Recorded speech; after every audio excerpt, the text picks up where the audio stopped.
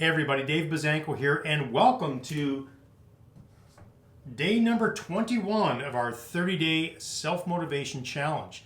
Today we're going to be talking about the happiness advantage. And have you ever stopped to wonder how happiness can help you stay self-motivated to achieve your goals? My name's Dave, and if you're new to this channel, our goal on this channel is to help dads become more resilient so they can enjoy more health and happiness in their lives. This is our 30-day challenge to give you 30 different perspectives about self-motivation so that you can learn how to be self-motivated to achieve your goals in life. Coming up, I'm going to be sharing 3 facts about happiness that you may never have considered. Now, a lot of what I'm going to be talking about today comes from the book, The Happiness Advantage by Shawn Achor. Now, actually, the definition that I'm going to be showing you at the end of this conversation today didn't come in this book. It actually came from a talk that Shawn did at Google, and as I was doing my research about 5-6 years ago, I came across this video and I heard this definition and it just made so much sense to me. I want to share that with you. If you stick around to the end, you're going to learn what that is, and hopefully that will be your aha moment as well. So the first thing I want to talk about is your goals are flawed. Here in North America, the way that we raise our kids, we always sort of put an incentive in front of them and say, hey, when you score that hat trick in hockey, then I'll give you $1. When you, maybe that's showing my age, maybe I'm giving you $5 or $10 today. I don't know what the going price is for goals in hockey. But if you get that promotion at work, then you'll be happy. When you hit a new sales goal, then you'll be happy. We have this predominant way of thinking that we try to set a goal for ourselves and we only allow ourselves to be happy once we hit that goal. And that's a problem because tip number 2 talks about your cognitive horizon. Now, the goal obviously is to reach some sort of an end date, but your cognitive horizon is how you feel when you reach that goal. Let me give you an example. When I did my first Ironman, I crossed the finish line and I thought to myself, I was really searching for happiness. I thought, boy, when I become an Ironman, I'll finally be happy.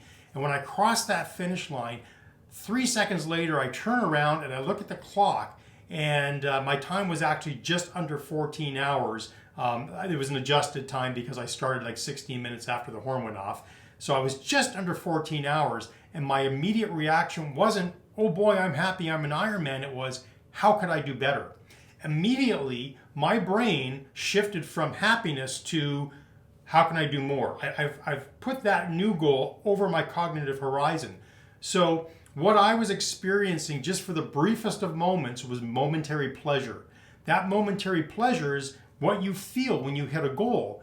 But if you deprive yourself of feeling happiness every day while you're working towards that goal, that's a problem. Because we have a society right now where there's a lot of unhappy people. They have a lot of anxiety and they feel like they're not a success until they finally, reach that destination, reach that goal. But as soon as they get there, somebody pushes that goal even further out. So that's the problem with the current definition of happiness. So that takes me to point number 3, the joy you feel.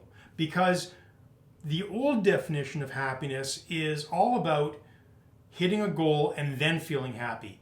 And all the days in between, all that hard work, you never allow yourself to feel joyful or happy because you're releasing cortisol, the stress hormone.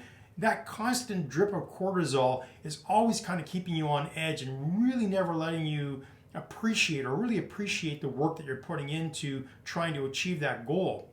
So the new definition that I heard from Shawn was, happiness is the joy you feel while striving for your full potential every day. It's not the destination. And if you put this in Ironman terms, yeah, I've got an Ironman tattoo on my calf, on the back of my calf. And I was standing at the bank one day and this little old woman came up behind me and she tapped me on the shoulder and she says, "What's the tattoo for?" And I said, "That's my Ironman tattoo."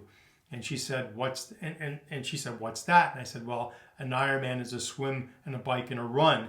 I said, "We go about 4 kilometers in the water in a swim, and we do a 180K bike, and we do a 42K run."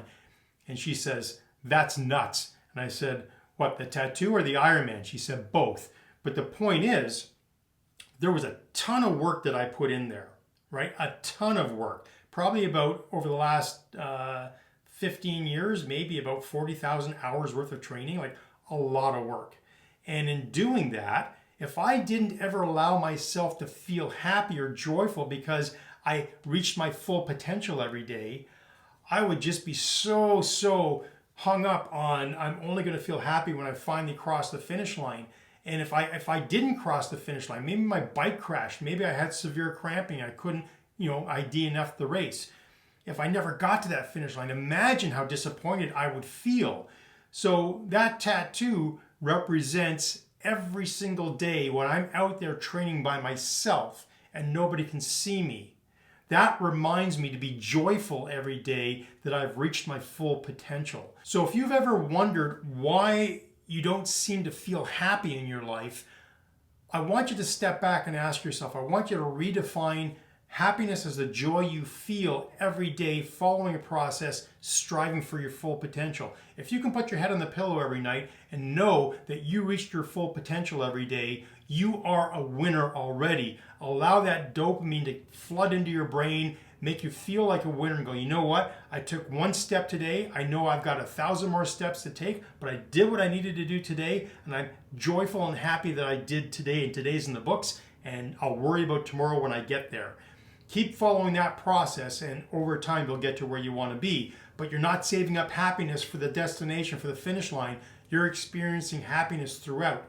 And then that finish line, that's just icing on the cake. It's just another walk in the park that day. So if any of this was of value to you, if you've ever wondered about how to redefine happiness in your life, I hope that that definition resonated with you.